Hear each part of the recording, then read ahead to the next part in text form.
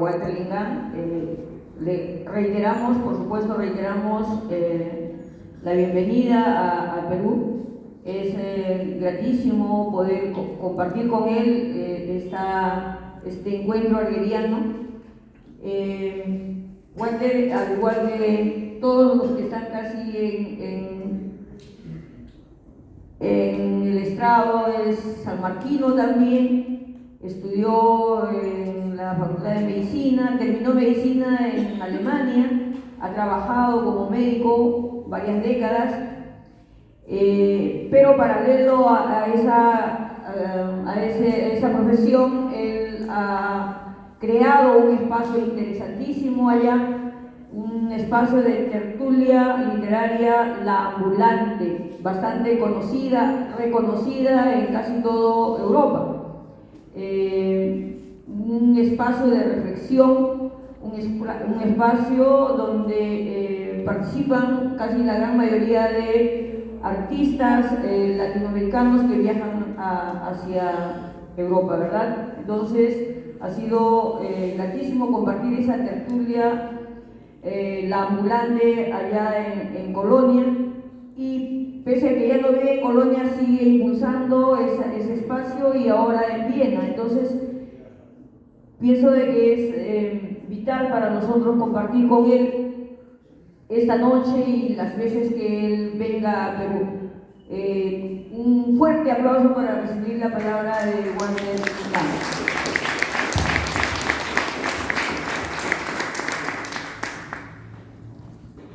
Lingán. Buenas noches a todos y todas. Agradecer a los que me han antecedido la palabra, que han hablado tanta bondad que parecen mentiras, y también a Margot Palomino, que cada vez que vengo al Perú se encarga de organizar una presentación de un libro o de invitarme para conversar sobre la cultura peruana y también europea. Me alegro de que haya bastante participación, que hayan venido a comprar mis libros. Yo sé que han venido para eso y no tanto para escucharme. También decirles que, como ya lo han dicho, ¿no? O sea, yo tengo mi relación con el Perú, que es una especie de matrimonio católico. O sea, nos podemos separar, pero no nos podemos divorciar. Y por eso mi literatura está con un pie en el Perú y otro pie en Europa. Ahora he venido con dos libros, que ha sido una coincidencia que aparezcan casi al mismo tiempo. Mamá Angélica se presentó el día 7 de marzo de este año como una forma de homenaje a la lucha de la mujer. Y el segundo libro, que inicialmente tenía que verse también presentado el día 19 de julio, nuevamente para recordar aquella lucha de 1977 de todo el pueblo peruano. Pero como había una serie de acontecimientos por esos días, entonces no era posible presentar el libro en esos días. Luego vinieron los paros constantes que hubo en esos días hasta hace poco, que también hicieron que las presentaciones se vayan postergando. Y recién en estos últimos días hemos podido presentar el libro en Coro Norte, en Lima Norte, en 4 o 5 lugares: Caraballo, Comas, Chacracerro, Lima Norte, en la Avenida Panamericana, y también en otras ciudades, en Jaén, Ayacucho, Juliaca, Arequipa. Solo nos faltó Cajamarca, pero por lo menos estuvimos en Jaén. Bien, para no aburrirlo, porque seguro están cansados, voy a leer más bien algunos extractos de la novela, primero con Mi nombre es Pablo Nacional, y luego también sobre Angélica Mama Angélica y un poco contarles la historia, cómo surge la idea de escribir Mama Angélica. En la galaxia, en el cono, en mi pueblo joven, en mi barrunto, todos me conocen como Paro. Cuando era chibolo me decían Parito, con cariño o hartísima mala leche. Mi nombre es Paro Nacional. Repetía tartamudeando, temeroso, otras veces con orgullo, acorralado por esa tropa de amponcitos contrasumadreros. Solo por joder me achacaban los apelativos más pendencieros. Me vacilaban sin miramientos, con perversidad, arrimado cool a los escasos muros de la Cayetano, los encaraba con mi silencio cachondero, melindroso. Me llamo Paro Nacional. No quiero saber tu chapa, huevón. Los más achores, los más pispirretas. Dime cómo te llamas. Oye, Paro.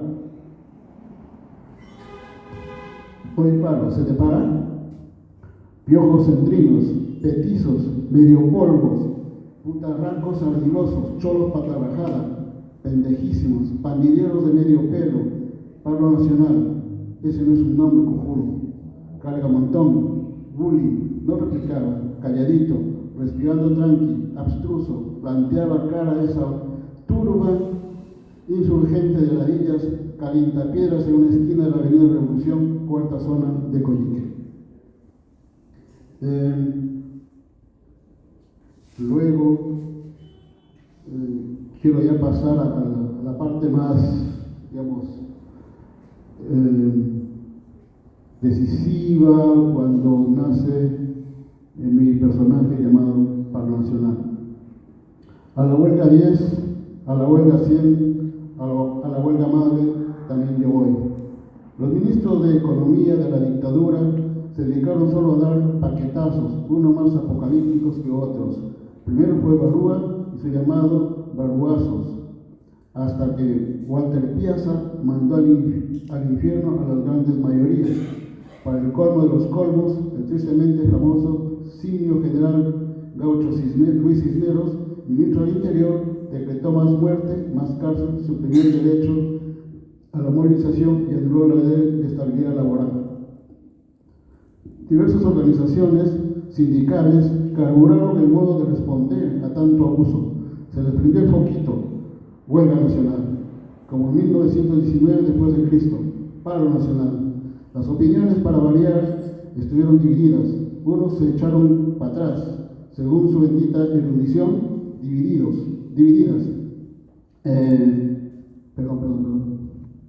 Según su bendita erudición, no había condiciones para enfrentar a los milicos. Se podía sufrir una gran derrota, aclamaron teatreros.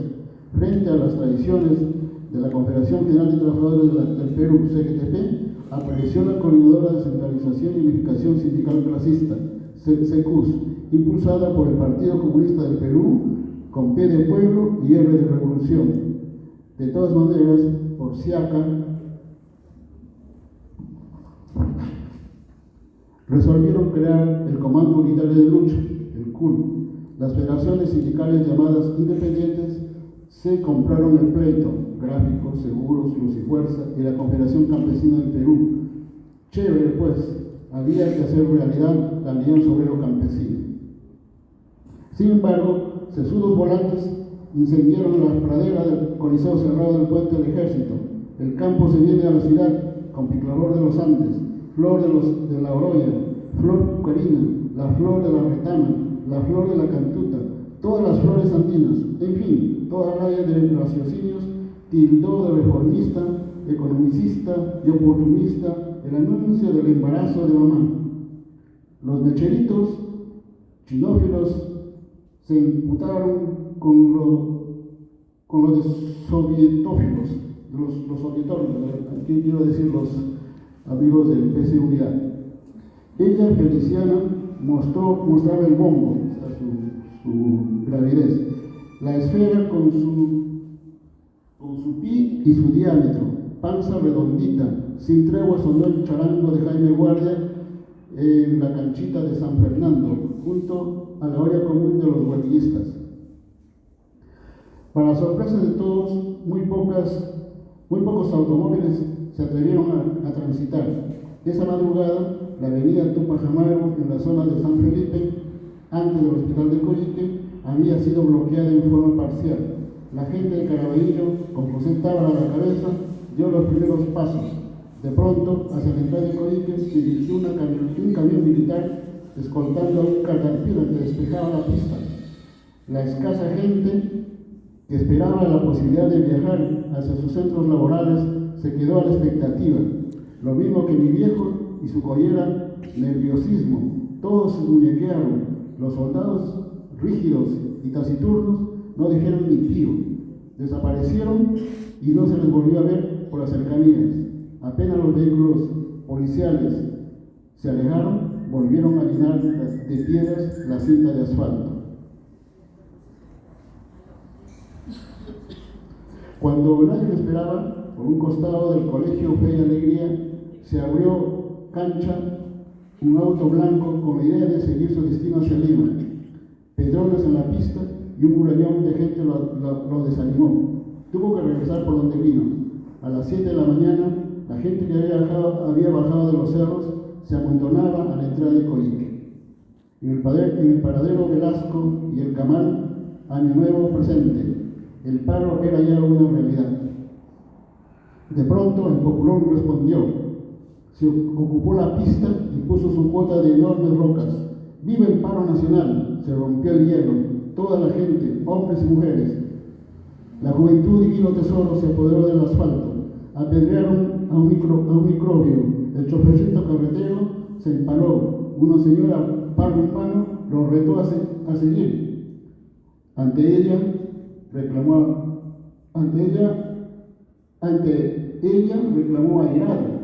La fuerza del gentío y la molotov que le cayó en las narices lo hizo desistir. Suavecito nomás tuvo que dar la vuelta.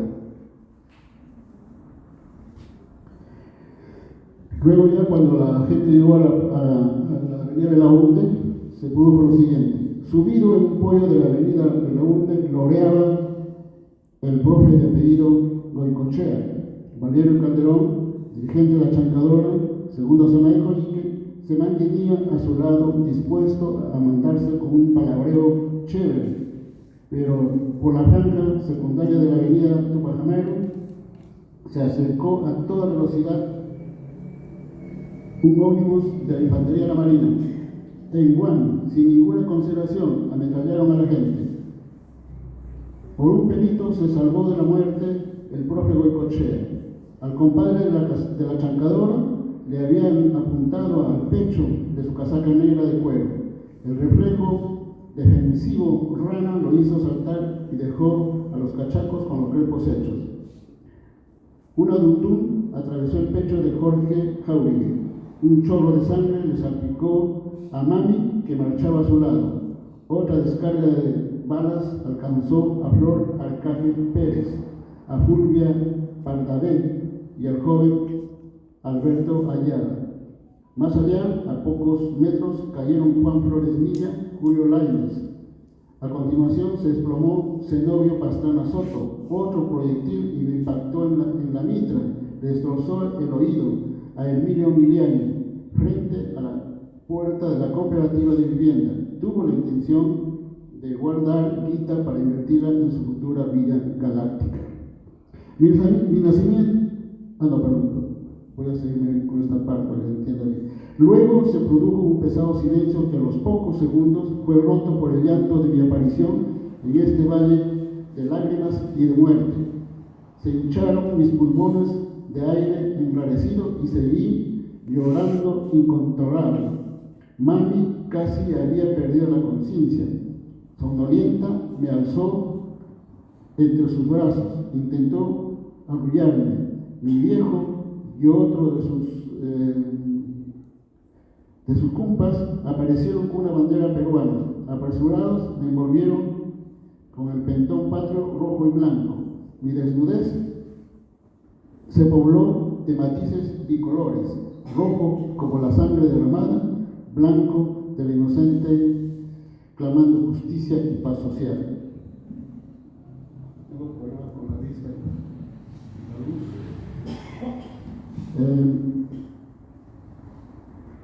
Nos condujeron a la casa de unos compañeros que vivían en Chacarcero. Mami tenía que descansar y con la santa tranquilidad llenarme de abrazos y besos. Después contaría, entre risas y contrasumadreros, que me oriné y cagué varias veces el blanquirrojo, símbolo de la patria.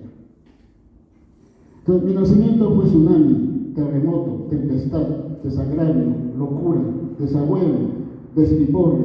El embarazo de mi vieja duró menos de 9 meses. Sin embargo, la gestación fue larga y tormentosa. No fue nada fácil. Antes de nacer, ya me habían condenado al fracaso. Determinaron mi muerte prematura. Los orgullosos enamorados no se atarantaron. Mis viejos, en un 5 de Altoquepala, desoyendo las amenazas, las bravuconadas de sus enemigos jurados y de ciertos enemigos en el seno del pueblo, convinieron en recibirme con los puños crispados y los brazos en alto, con la esperanza dibujada en la bandera de los vicios, de los desarrapados, de los desheredados, de los que a pesar de chambear día y noche, malviven en cuchitriles de cartón y esteras, de los abandonados en el olvido, de los que viven arrastrando a la muerte. Eso es más o menos algunos pasajes de mi nombre es Parque Nacional. El otro libro, Mamá Angélica, voy a contarles un poco cómo surge la idea de escribir el libro. Como ustedes saben, los presidentes de Alemania tienen la costumbre de invitar a dirigentes sociales, culturales, por lo que luchan por los derechos civiles, para que ellos les presten testimonio directo, que cuenten lo que les sucede o lo que está pasando en sus países respectivos. Entonces, en esa oportunidad le tocó al presidente Richard von Weizsäcker invitar a la señora Angélica Mendoza.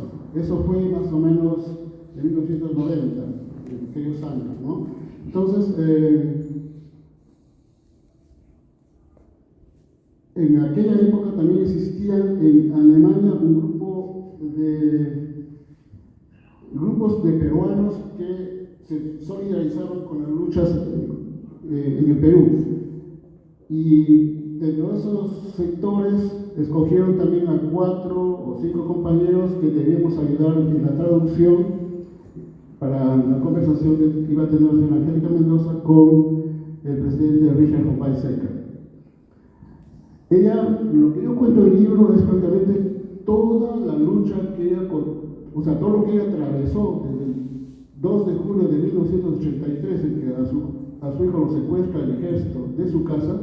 Desde ese momento ella le cuenta todo lo que había hecho y todo lo que venían haciendo junto al grupo de mujeres que se llamaba ANFACEP, la Asociación Nacional de Desaparecidos, Detenidos y Secuestrados del Perú, que se funda en Ayacucho con todas las madres y parientes de los que tenían problemas de familiares desaparecidos, torturados y asesinados en aquellos años entre el 80 y el 20 años de guerra que hubo en esa época. Entonces, luego de eso conversamos con ella y yo grabé una parte de la conversación, o gran parte de la conversación, convertí ese testimonio en una especie de crónica que se le envié al periódico El País de España, pero nunca lo publicaron, ni siquiera me avisaron que lo habían recibido. Claro, es que ellos tienen su plana de periodistas profesionales a quienes ellos les pagan para que hagan ese tipo de trabajos, ¿no? Luego seguimos, yo ya me interesé un poco por lo que estaba pasando en Ayacucho a través de las luchas de estas señoras, pero con el tiempo me olvidé también del tema ya, Y llegó el 2017 cuando la señora Angélica Mendoza fallece, y fue en ese momento que recordé que yo tenía una crónica, empecé a buscarla y la encontré, y de ahí se me vino la idea de que como homenaje a ella sería bueno escribir su historia, la historia que ella contó. Pero la historia misma pensé que no iba a ser tan interesante si no uno lo escribe de forma literaria, y al mismo tiempo también contando un poco la historia del Perú para que se entienda el contexto de esa lucha, ¿no? O sea, ahí por eso yo cuento desde, digamos, los años 70, 80, los finales de esa década, la lucha que se le daba a nivel campesino, a nivel popular, la misma huelga del 77, la aparición de Sendero Luminoso, la lucha de los otros partidos políticos, la aparición del LRTA, todo eso para un poco explicar el contexto de la lucha en Ayacucho, ¿no? y de la lucha de las mujeres que buscaban a sus parientes desaparecidos. Entonces, esa es más o menos la historia que cuento en Mamá Angélica. Les voy a leer un fragmento cortito nomás.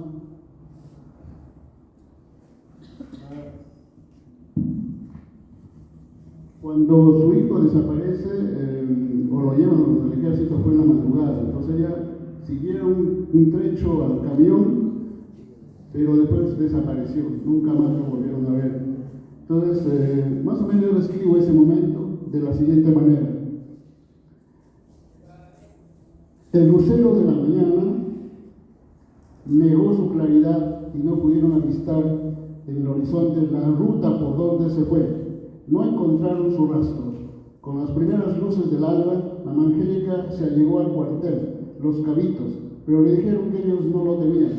No hemos visto ni sabemos nada de tu hijo. Desde ese día empezó a caminar. ¿Qué sitios no recorrió? Preguntó por su hijo Arquímedes en los puestos de policía, en todas las estaciones del ejército. Nadie sabía nada de nada. Buscó a su muchacho como se busca una aguja en un pajar, por arriba y por abajo, más allá y más acá, tras un árbol, entre la hierba. Despeinó los montes, detrás de las murallas, debajo de la mesa, entre las sillas, entre los libros y sus cuadernos, dentro de sus lapiceros. Lavó su ropa esperanzada que su criatura se sacudiera de la mugre y salga brincando desde los rincones de la ausencia. Volteó la orilla de los ríos, esperó donde se cruzan los caminos, hurgó en las estaciones de ómnibus, en los mismos linderos de la muerte, en el estadio de Guanta. Quien entraba no salía, en la Casa Rosada, miles de veces en los locales de la MIP y la Guardia Civil, así como en Agallas de Oro, base de la Guardia Republicana, en Puracuti, Infiernillo, Huascarura, Quinoa, Niepe, Quebrada de Balcón, La Hollada y otros botaderos de cadáveres, pero no lo pudo encontrar. Nadie le daba razón. Mostró su fotografía, escribió su nombre en grandes carteles, también procesionó cargando una cruz y la fotografía de su hijo amado. Ante las autoridades lo describió resaltando sus señas particulares, pero no, nadie pudo darle noticias de su muchacho ausentado.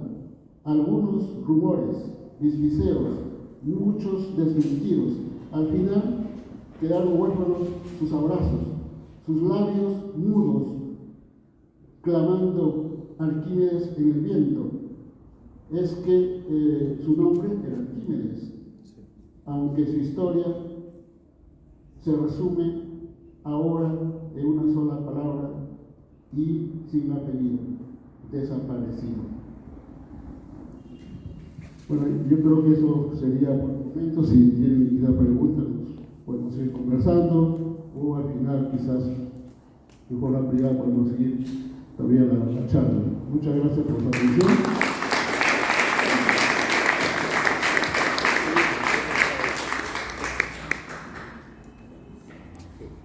Bien.